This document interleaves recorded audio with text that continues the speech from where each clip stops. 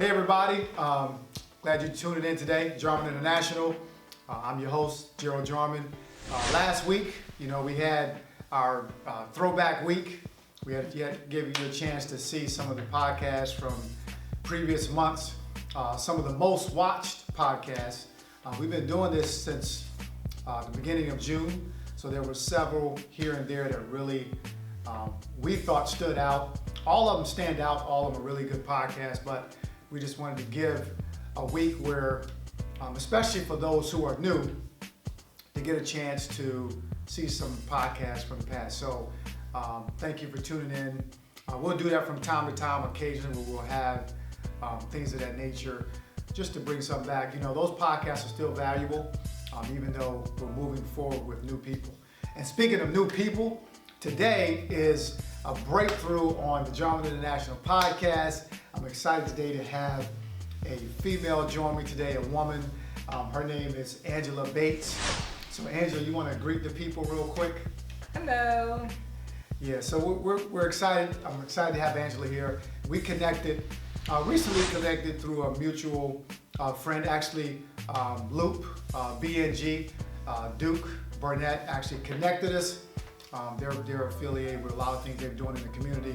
And so I reached out to Angela, and I just wanted to have her. Today we're going to have her share her story, upbringing, things like that. That way, give the viewers a chance to get to know her.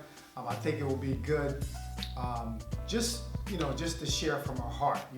I think that's important to actually have her share and things of that nature. So, all right. So Angela, let's start off with, why don't you share, where you're from, your upbringing, what it was like, your childhood, going up to high school and stuff like that. So.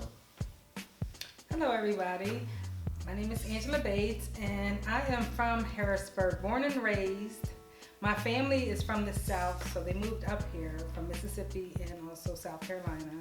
So I have lots of family here. I am part of the Carter clan here, and I grew up with two-parent home with two other siblings, my sisters, and I have a brother as well. And we just grew up in a normal house over in Melrose Garden, and I went to school, went to Children of Africa School originally, and then from there I went to Downey Early Childhood. Then I went to Ben Franklin Elementary, and then we all had one middle school. So the whole city, all the children from 6th grade to 8th grade went to one middle school, which actually wasn't even located in Harrisburg. It was located in Susquehanna Territory, but it was the Rowland and Scott schools. And from there I went to John Harris, and I graduated from there. And right out of high school I had a daughter. So from there it wasn't just about me anymore. So I had to make the choice of, am I going to live for me and have fun, or am I going to live for my daughter and raise her in the right way? So I chose to raise her. So in doing that, I started getting my education. I went to, back in the day it was called the National Education Center. Then it was Thompson Institute. I think it was Brightwood, something like that now. So, and I got a medical assisting diploma from there.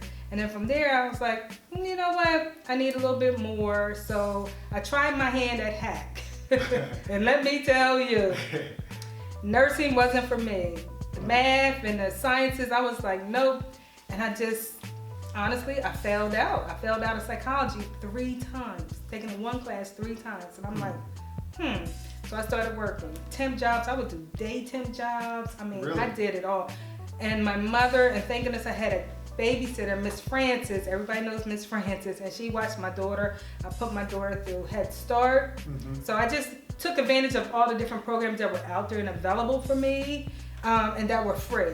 I lived in housing development out East Ridge, out off of Deary Street. So, I was on welfare, and, and I just realized this couldn't be the life that I wanted to have and stay on. So I just worked my way up. Through friends, I got a job with the county at Schaffner Youth Center. So I was there from 1997, and I'm still with the county. And I just moved from job to job. So I went from the Schaffner Youth Center to the Work Release Center as a probation and parole officer. Once I obtained my degree, I went to HAC, and I started with one class at a time, paying as I went. One class at a time. I mean, you can do it, because I'm telling you, I did it. And at that time, I didn't even know. I just wanted to challenge myself. So I did it working part-time. Then I got this a job with the state. Right after the Twin Towers went down, I was able to get a job with the state, started in the clerical, and just worked my way up to a clerk typist 3. And then I just was knocking on a door, and I started at the welfare office. So I was a welfare caseworker as well. And I just didn't let doors close on me. I just kept, asking people, what can I do? Because I did not have a full degree at that time. So I had to make sure the classes that I was taking matched up what they needed for that position. And that's what I did. And then from there, I just finished, I went to HAC, and then I did the dual program and continued my degree at Albright College. So I did that here in Harrisburg. Okay. Right down the street, actually. Yep. Yeah, so from there, and that was in 2006. So then I went full-time at Schaffner, and then when things went, already there, and they wanted to shut it down, that's fine. Then I had an opportunity to go over to the Work Release Center, so I did that. So I was there for a few years, about 7 years. And last year I just took a position with the Drug and Alcohol Services for Dauphin County. So I'm still with the county, just in a different position. And while I was at the Work Release Center, I was like, okay, I just know I need to do something else. I always want to be doing something, learning, you know what I mean? Just always working, doing something. So I said, I'm going to try my hand at, furthering my education. So I applied to Lincoln University in Philadelphia and applied for my master's program. And I completed that and had an opportunity to go to South Africa. Awesome. Okay. Yes. Okay. Good stuff. Yeah. So I did an internship with them, and it was amazing. Met some wonderful people, still in contact with them. And this was in 2016. Okay. And then, with everything happening politically, I was like, okay, I wanted to go back over there, but I'm waiting. So I'm still connecting with them, still trying to, do some programs with them. But right now, I started working with the Harrisburg Police Athletic League as activities director, and just trying to find things for kids to do, because I realized a lot of kids everybody's not about sports. Right. Yep. There's a lot of activities that's going on, and so we just try to promote that and do different things. And I'm always looking for free things. So I was always finding free things for the children to do. So we would do pop-ups at the museum and play dress up in the clothing. We would go to the firehouse so that they can see maybe this is a job opportunity that they want to pursue, a career that they want to pursue. So we just did things like that for them. And my mother and my daughter also joined in with me, and then we joined in with the YMCA with the tobacco resistant unit. So we're with them. Mr. Eric helps us out, and we have now a Dauphin County program where our kids we did, we up the age to 21. Okay. We did that, yes.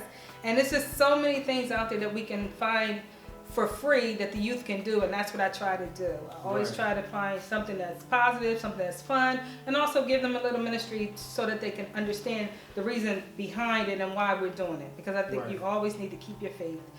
Had it not been for my mother keeping her faith and not shunning me when I was, got pregnant right in high school, right out of high school, had my daughter, my family was there supporting me. And I just feel as though now it's my turn to give back. You cannot turn. If someone's going through something, it's always just, it's important to be there for them, and that's what I like to do. So now with my program that I just started, my nonprofit, Table Youth Talk, that's what I'm doing. I realize there are a lot of youth out there who, even though they might be in a room full of people, they're still alone. They still feel alone. In their head and their mind, and that's just something that we have to break that cycle of, and letting them know that they can journal, they can talk, they can sing, they can play instruments, they can still do things that's going to help them, just calm down what's going on. I know when I was in 5th grade, I wanted to be a police officer. Never got that chance, because I broke my leg, and back then it was like, you can't go into the military with broken bones, because I wanted to go into the military too. They was like, no, you can't do that. So I always had that structure that I wanted behind me. But when I was in 5th grade, I realized that something's not right with me. My words, when I'm speaking out loud, they're twisting out. Didn't know what it was. No one knew what it was until I went for my master's degree.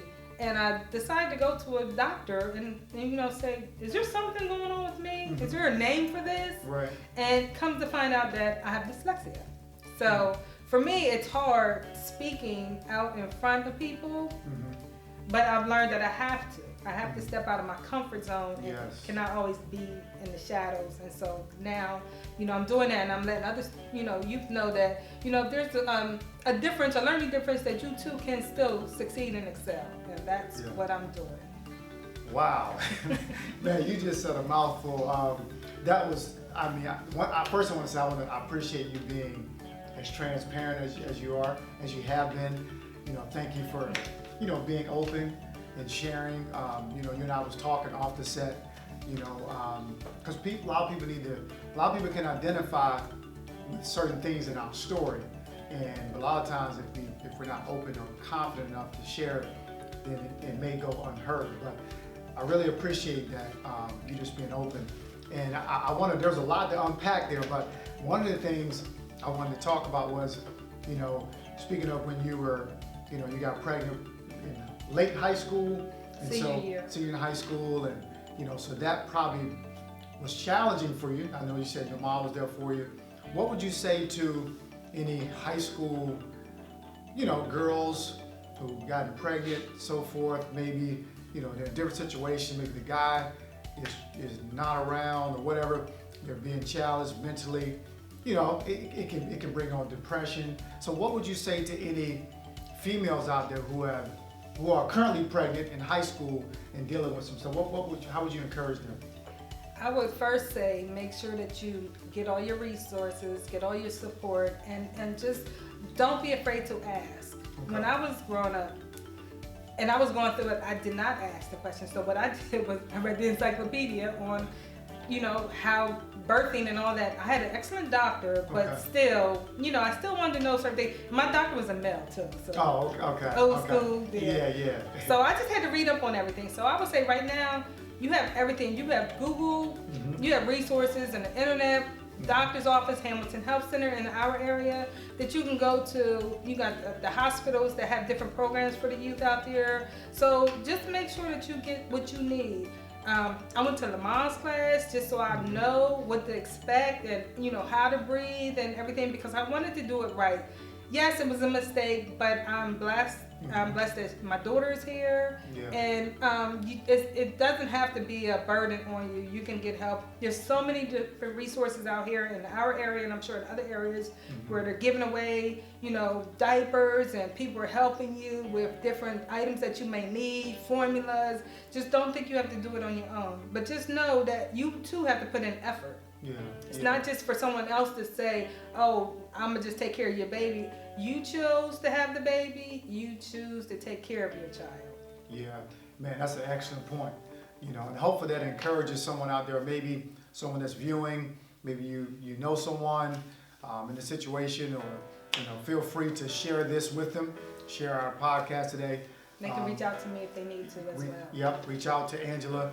Feel free to do that as well. Her information will be up here at some point towards the end. That way, to reach out to her. So, but Angela, the thing is, like, you've overcome so much, and to see where you're at today, and to see what you overcome, it speaks to like a certain drive you have. I can hear it in your voice, like you weren't gonna be denied. Like I can tell, like when you hit obstacles or hit certain doors that were shut, you just didn't take no for an answer, and seeing you overcome those obstacles, now you're in a position where you're working with and reaching back and helping a lot of young people yourself, so, and then, saying you had dyslexia, but then actually being able to graduate with a master's degree on top of that.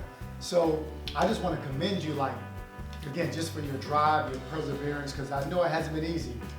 People see you sitting here today, but they don't know the struggle behind where you've been at, so I think too, if you think about, like, everybody faces challenges. Everybody has challenges, but it sounds like you had your parents that were there as your driving force. Was anyone else in the process after high school? Did you have any mentors or someone to help you, or was it really just was it prayers, you trusted the Lord, or was you like self-motivated? I would say that it was my mother and my family who was praying for me, but I didn't even know I needed prayer. first of all. And secondly, they had mentors.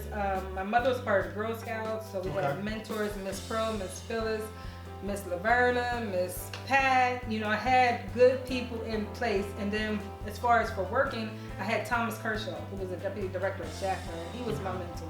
Okay. And you know, they just helped me and they guided me to make sure, you know, being a black female in this world is very, very difficult because, you know, sometimes your assertiveness becomes, it looks like aggression, and it's not. It's like, why can't you understand and believe what I say is true?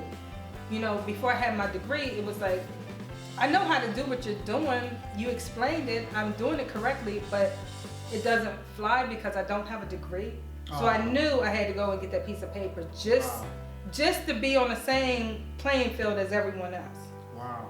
And that makes a difference because people don't realize that, but you know, like I said, being a black female is very different here in America. Yeah. Man, you touched on something too. Like I like that you said your assertiveness was taken as aggression. You know, so they were taking you and you just speaking up probably, and because you have a voice, because you are intelligent, because you are smart, you know, you was just being who you are. Well, like you said, the odds are stacked against black women, black females, and it could be an uphill battle. So you had to level the playing field by getting your master's degree. So now, when you got that paper, I'm sure it's that you get received differently. Would you say that? It's still an uphill battle. Is it's it? Still an uphill battle. It doesn't matter, you know, you could sit in a room full of all different races and you might be the one presenting and they're still going to turn their head and look for someone else to give the nod to make sure what you're saying is true. So it's still something that, you know, we know it's there, but, you know, it's not going to stop us.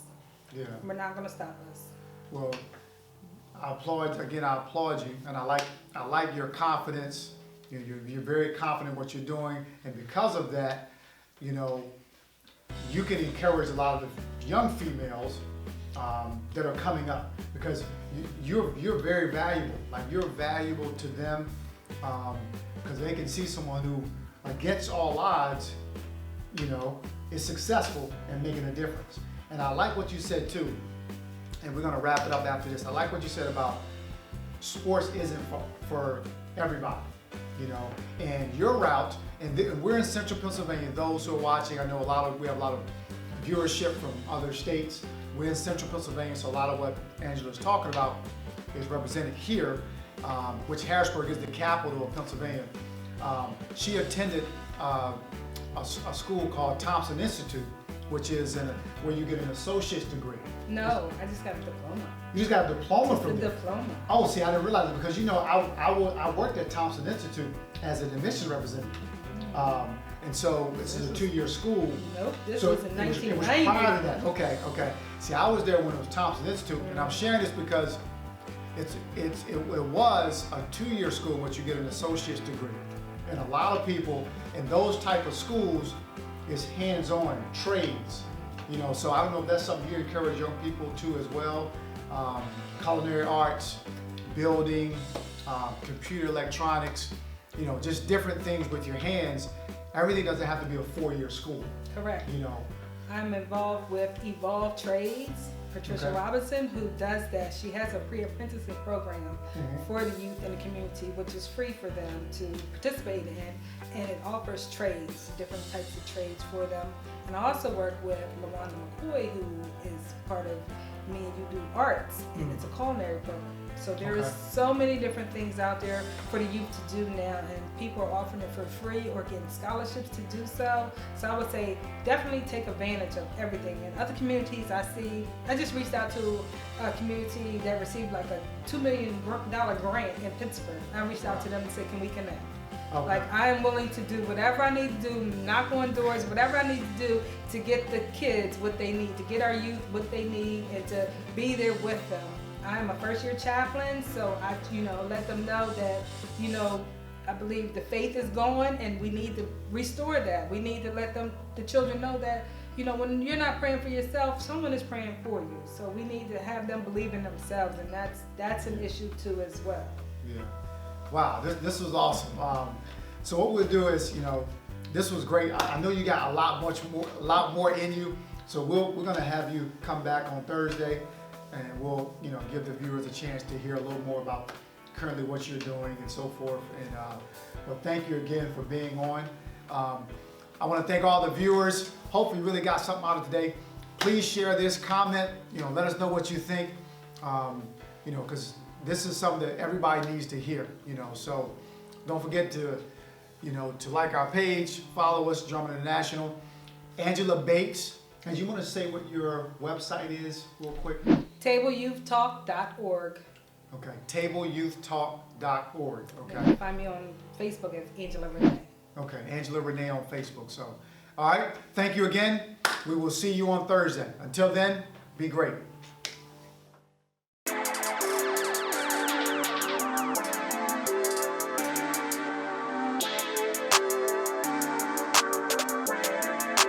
Perfect.